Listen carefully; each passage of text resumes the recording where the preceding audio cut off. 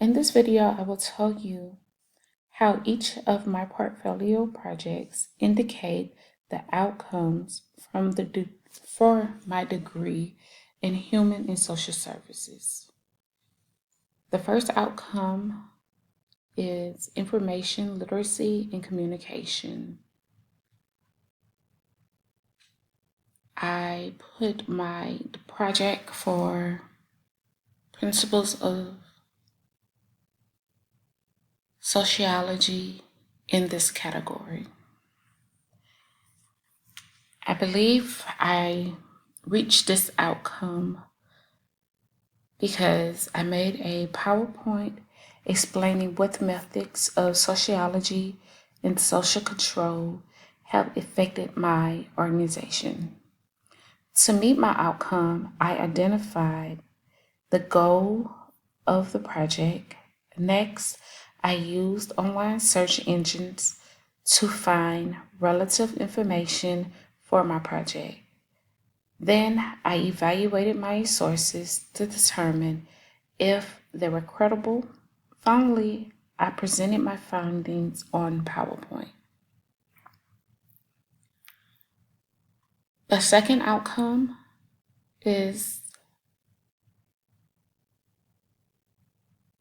this one: transfer knowledge, skills, and behaviors acquired through formal and informal learning and life experiences to new situations. I use my portfolio project for introduction to counseling and care management strategies. Okay. I believe I met the requirements for the outcome when I did my portfolio reflection. I analyzed the importance of the project to my future career. I detail how I would approach the portfolio differently, such as having better time management and reaching out to my instructor when I was unsure of parts of the portfolio. The next outcome is employ strategies for reflections on learning and practice in order to adjust learning procedures for continual improvement.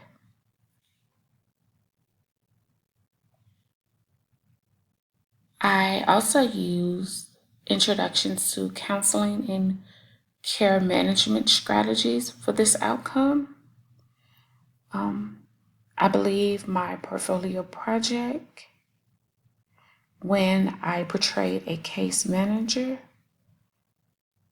met the outcome requirements. I had to choose a scenario about a child welfare case. I had to analyze the situation and make recommendations for the client.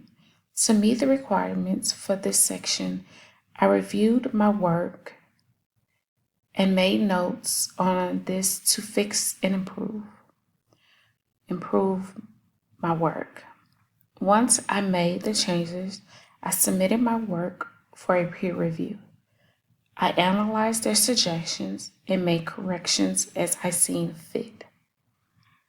After submitting my final draft and receiving my feedback from my instructor, I took note of what my strengths were and where I could improve for my next project.